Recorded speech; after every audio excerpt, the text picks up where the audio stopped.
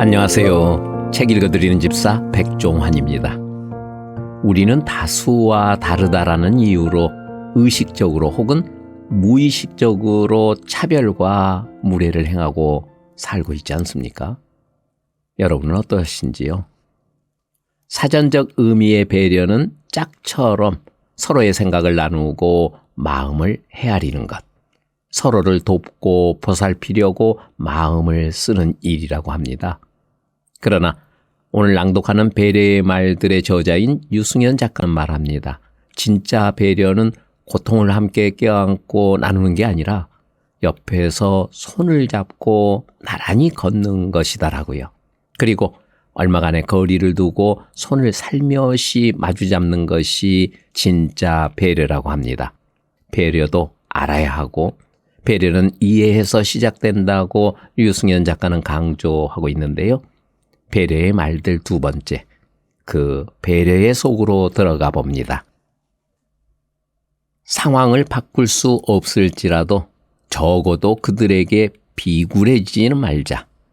저열한 인간들로부터 스스로의 존엄함을 지키기 위하여 우리에겐 최소한의 저항이 필요하다.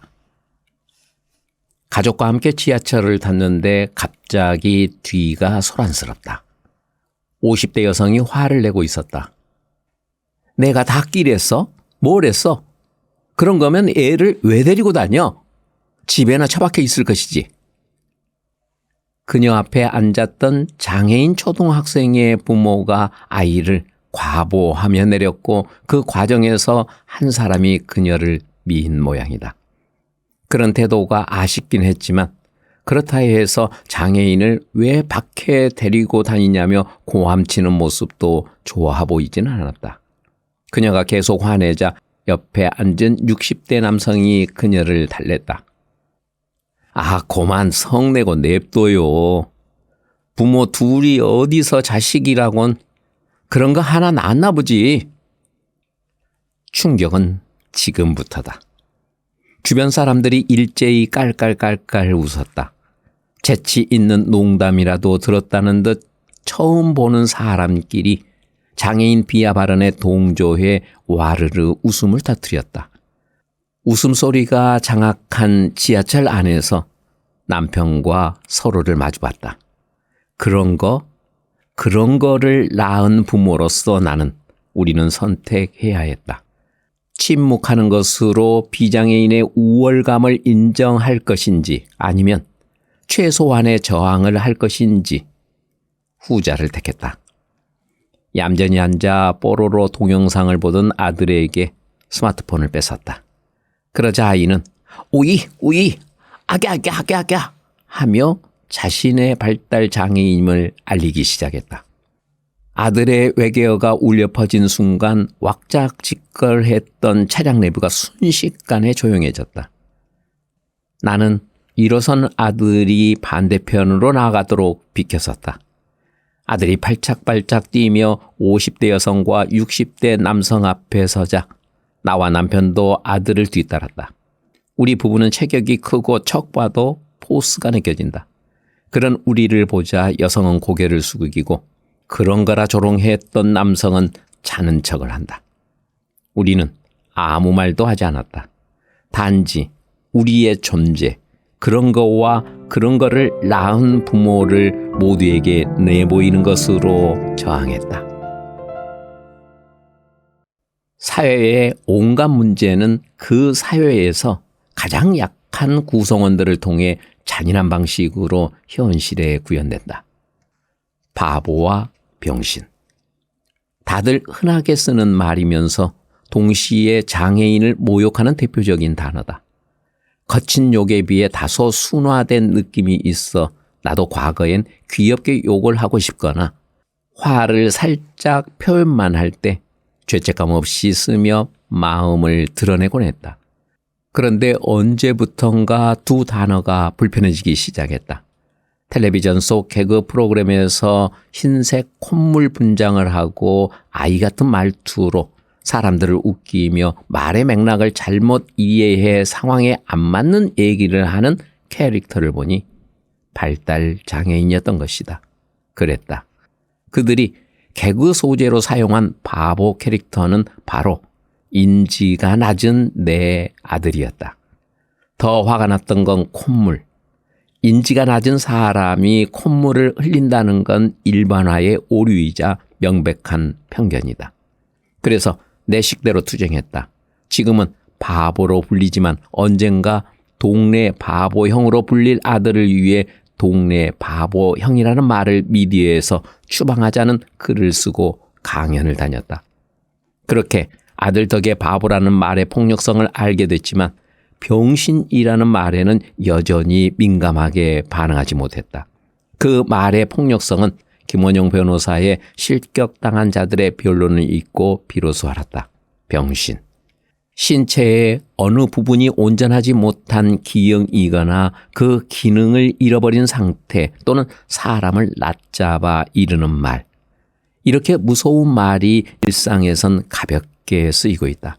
사람들은 그 말에 담긴 의미를 의식하지 못한다. 내가 그랬듯. 지금 난 바보와 병신이라는 말이 하나도 웃기지 않다.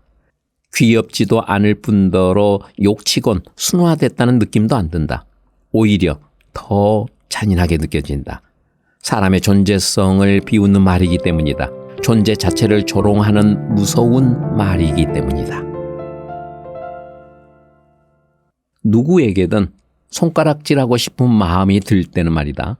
세상 사람들이 모두 너처럼 좋은 환경을 타고난 게 아니라는 걸 꼭 명심하거라. 앞서 얘기한 지하철에서의 일화를 되새겨본다.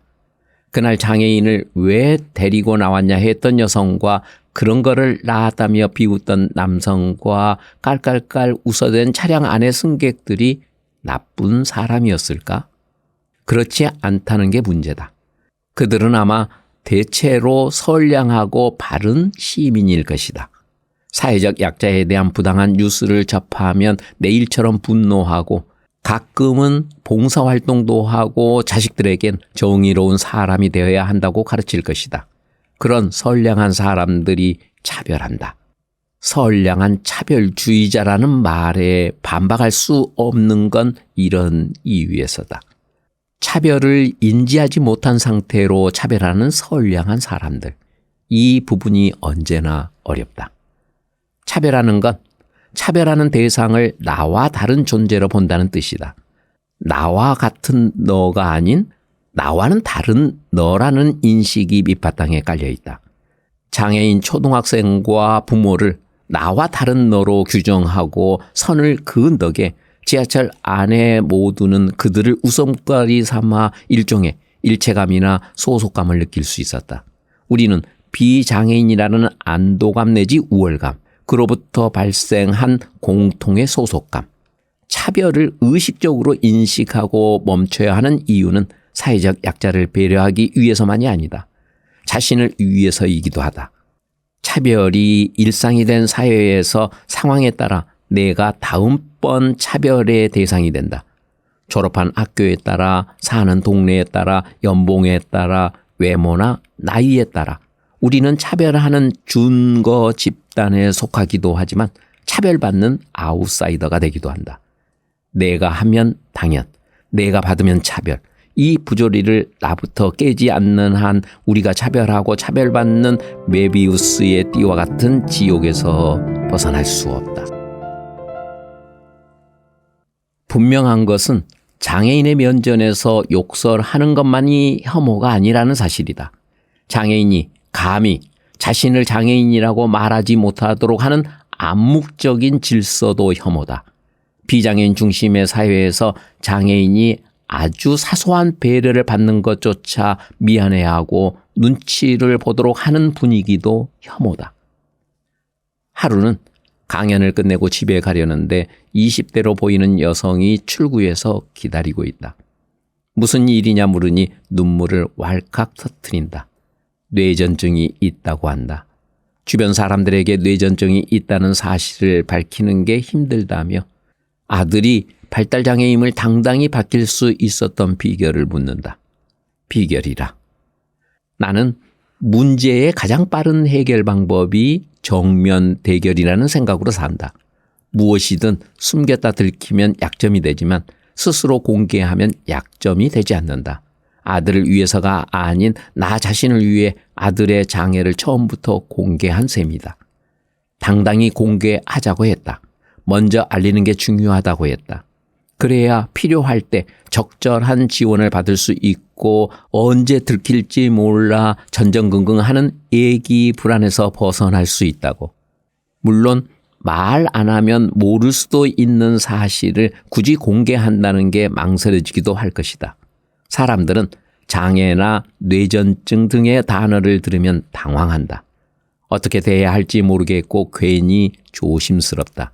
낙인을 찍기도 한다. 무엇이든 장애나 뇌전증과 연결해 생각하기도 한다. 그래서 공개할 때의 태도가 중요하다. 너무 조심스러울 필요도 굳이 진지할 필요도 없다. 여러분, 저 뇌전증이 있어요. 오, 그렇게 대놓고 어색해하면 제가 무안하잖아요. 가볍게 공개하자. 특별하지 않게 말하자. 장애나 뇌전증은 상황에 따라 특별한 지원이 필요할 뿐이지 그 자체가 곧 삶의 장애 요소는 아니다. 특별한 지원이 필요한 나의 상태를 자연스럽게 말할 수 있고 그런 얘기를 들었을 때 자연스럽게 반응할 수 있으면 그것이 배려가 오가는 모습이다. 배려한다는 생각에 조심스러워하고 어색해하는 것, 그것만큼 큰 상처도 없다. 사람이 지닌 고유한 향기는 사람의 말에서 뿜어져 나온다. 비장애 중학생의 학부모들에게 강연 초청을 받았다. 이날이 특별히 기억에 남는 건 장애 학생 때문에 비장애 학생이 상처받는다라는 말을 들어서다. 장애와 상관없이 친구끼리 서로 좋아하고 싫어할 수 있는데 장애인 친구를 싫어하는 마음을 표현하면 인성 나쁜 학생이 되고 그런 인식 때문에 비장애인이 상처를 받게 된다는 거다. 예상 못한 말에 당황했던 나는 그 자리에서 시원하게 대응하지 못했다. 하지만 이제는 말할 수 있다. 타인에 대한 호불호는 개인의 권리이자 자연스러운 감정이니 표현해도 된다고. 장애인에게도 호불호를 드러내도 될까? 된다. 이때 역시 장애인이라서 다르게 대하면 차별이 될 수 있다. 하지만 다음으로 적어도 자기 말의 무게는 알자는 말도 함께하고 싶다. 김지혜 교수는 선량한 차별주의자에서 다수자가 역차별에 항의할 때, 그러니까 장애인 한 명 때문에 나머지 학생이 수업에서 피해를 받는다고 느낄 때, 여기에는 마땅히 차별당해야 할 소수자가 차별당하지 않고 있다는 전제가 깔려 있다고 이야기했다. 더 깊이 들어가 본다. 이번엔 권력과 구조화에 대한 얘기다. 교실에서 장애 학생은 소수고 소수는 일반적으로 약자 위치에 선다. 나머지는 비장애인이라는 공통점으로 처음부터 구조적 우위를 선점한다. 우위에 선다는 건 권력을 가진다는 의미이고 권력이 있다는 건 영향력을 행사한다는 뜻이다. 권력 가진 자의 입에서 싫다라는 말이 나오는 순간 구조의 하층부에 있는 장애 학생은 싫다는 말을 들어도 되는 존재로 대상화되어 버린다. 그때 이 이야기를 해 주었으면 좋았을 걸. 싫은 사람에게 싫다고 말하는 건 자유이지만 자유를 행하며 하는 말이 상황과 관계를 어떻게 구조화시키는지 알았으면 좋겠다고. 알고 나서도 할지 말지는 각자의 선택이다. 인성은 그 후에 따질 일이고. 인생은 폭풍우 속에서 어떻게 살아남을 것인가가 아니라 빛 속에서 어떻게 춤을 추는가이다. 승연이 너는 내 보물이었어야? 96세의 할머니가 이불 위에 누워 계신다. 어쩌면 이번이 할머니를 만나는 마지막 순간일지 모른다. 며칠 후 할머니는 요양원으로 가실 예정이다. 나를 본 할머니의 눈에 눈물이 고인다. 가장 예뻐했던 손녀인데 장애가 있는 아들을 낳아 힘들게 사는 모습을 보고 늘 마음에 걸려 하신다. 손을 내미신다. 주름진 손이 내 손을 잡으며 너는 내 보물이었다고 말씀하신다. 2달 뒤 요양원에서 할머니는 임종을 맞았다. 2016년 초였다. 할머니의 임종과 더불어 또 한 가지 힘든 일이 찾아왔던 때다. 정신을 차릴 수가 없었다. 하지만 마음 놓고 슬퍼할 수 없는 내 이름은 엄마였으니 살기 위해 온 집을 뒤엎기 시작했다. 가구 재배치는 물론 혼자 도배까지 했다. 무엇이든 매달릴 것이 필요했다. 상실감을 견딜 수 없었다. 그렇게 버티고 버티다 끝내 버티기 힘든 순간이 오면 할머니의 말을 떠올렸다. 나는 할머니의 보물이다. 그런 나는 할머니를 위해서라도 반드시 반짝여야 한다. 이대로 어두컴컴한 암흑 속에서 나머지 삶을 버리듯 없는 듯 살아버리면 안 된다. 그러고 그의 말 아들에 대한 글을 쓰기 시작했다. 나는 글을 쓸 때 가장 반짝이니까 아이들이 잠든 새벽마다 책상에 앉았다. 인생에는 때로 버티는 것조차 힘겨운 시기가 온다. 그럴 땐 삶이 그저 사라져도 힘에 부친다. 하지만 우리 삶은 사라지는 게 아니라 살아내야 한다. 우리는 모두 누군가의 보물이기에 누군가의 보물이 아니었던 사람은 없기에 그를 위해서라도 살아내야 한다. 빛 속에서 춤을 춰야 한다. 내리는 빗방울 속에서 춤추는 모습은 누구라도 반짝반짝 빛날 테니까. 장애인의 보호자가 아닌 이용자의 동행인입니다. 빨간머리 앤을 좋아하는 차미경 칼럼니스트를 처음 만난 건 KBS 방송국이다. 그녀가 메인 작가로 활동했던 라디오 프로그램에 출연했다. 그녀는 빨간머리 앤을 닮았다. 감성이 그러했고 자꾸 보면 얼굴까지 닮아 보인다. 나는 앤을 닮은 그녀가 좋다. 하이힐을 신고 휠체어를 타는 그녀가 좋다. 빨간 안경테로 멋을 부린 그녀가 좋다. 그렇게 매력 있는 그녀가 어느 날 페이스북에 사진 한 장을 올렸다. 장애인 화장실 이용 안내문이다. 보호자께서는 나가실 때 화장실 이용자의 외부 노출에 유의하시기 바랍니다. 서울역장. 그리고 사진 밑에 보호자가 아닌 동행인입니다. 라는 멘트를 달았다. 나는 아들이 미성년자이기 때문에 내가 보호자인 것에 큰 문제의식을 느끼지 못했다. 하지만 아들이 성인이 되어도 그럴까? 아들은 언제까지 내 보호를 받아야 할까? 그녀의 글을 보고 아들이 성인이 되면 적어도 심적으로는 보호자가 아닌 동행인이 되어야겠구나. 그것이 아들의 주체성을 확보하는 배려의 말이겠구나 하는 생각이 들었다. 서류에 서명할 때는 보호자일 수밖에 없다. 국내 병원이나 공공기관에서는 늘 보호자 서명을 요구한다. 40대 성인인 나는 남편의 보호를 받지 않는다. 남편을 소개할 때 제 보호자라고 말하지 않는다. 당당한 주체성을 지닌 성인으로 부모님이나 남편과 동행해 삶을 산다. 아들도 마찬가지여야 할 터. 부모의 위치가 보호자가 아닌 동행인이 되어야 일방적 도움만 받는 수동적 존재를 탈피할 것이다. 상호 배려를 주고받는 주체적 존재로 성장할 것이다. 모르고 지나칠 뻔했던 중요한 체크 포인트다. 장애인이라 차별받는 것이 아니라 차별받기 때문에 장애인이 된다. 인권의 기본 요소는 누구도 어떤 이유로든 배제되어서는 안 된다는 것이다. 하지만 현실에서는 배려보다 배제가 예사로 일어난다. 장애 학생은 학부모 참관 수업, 운동회, 학예회, 현장 학습 등에서 배제당하고 장애인 노동자는 직장 내 회식이나 모임 등에서 배제당한다. 이때 배제하는 비장애인들은 늘 배려를 이야기한다. 장애 학생이 낯설고 이상한 행동을 만인 앞에 보이는 것이 당사자에게도 좋지 않은 일이라고 말한다. 회식 장소에 장애인 화장실이 없어서 오히려 참석하는 게 불편할 것이라는 이유를 든다. 두 경우 모두 얼핏 들으면 정말 장애인을 배려해서 그러는 것 같다. 하지만 말이다. 정말 배려하는 마음이라면 장애 학생을 배제하는 것으로 배려할 게 아니라 학생 보호자를 포함한 학교 관계자 모두에게 심도 있는 장애 이해 교육을 진행했어야 한다. 장애, 비장애 학생이 어울려 통합교육을 받는 모습을 보면서 서로 간 이해의 폭을 넓히기 위해 노력했어야 한다.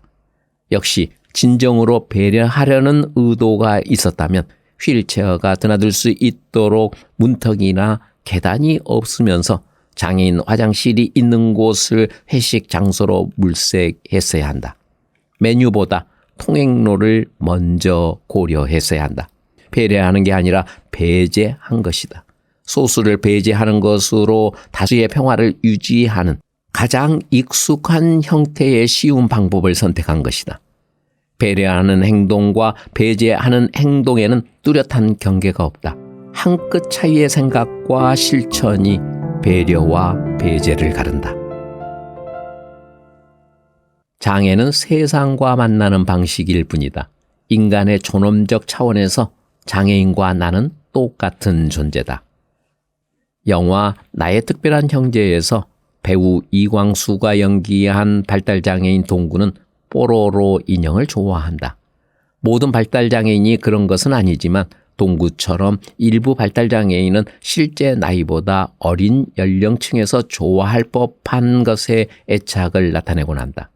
우리 집도 딸은 유미의 세포들 같은 웹툰을 즐겨보는데 쌍둥이 동생인 아들은 뽀롱뽀롱 뽀로로, 냉장고 나라 코코몽, 으라차차 아이쿠를 좋아한다. 이런 경우 당사자는 제 나이에 맞는 대접을 못 받기 일쑤다. 27살의 비장애 청년은 27살로 대하면서 같은 나이의 발달장애인은 어린 아이처럼 대한다. 동환 씨 왔네? 밥 먹었죠요? 뭐에다 먹었었죠? 이런 분위기를 연출하면서 속으로 흐뭇해야 한다.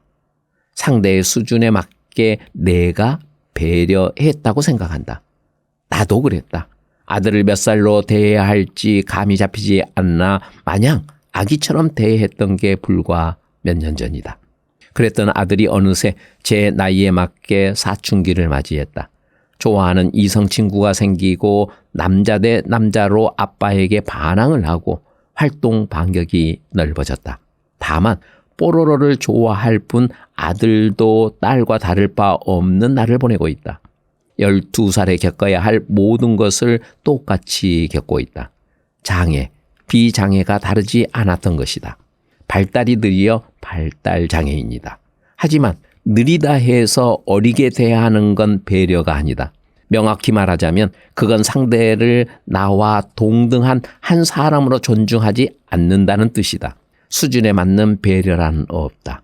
인간 그 자체로 존중하는 것만이 배려다. 인간의 존엄 앞에 장애와 비장애는 무의미하다.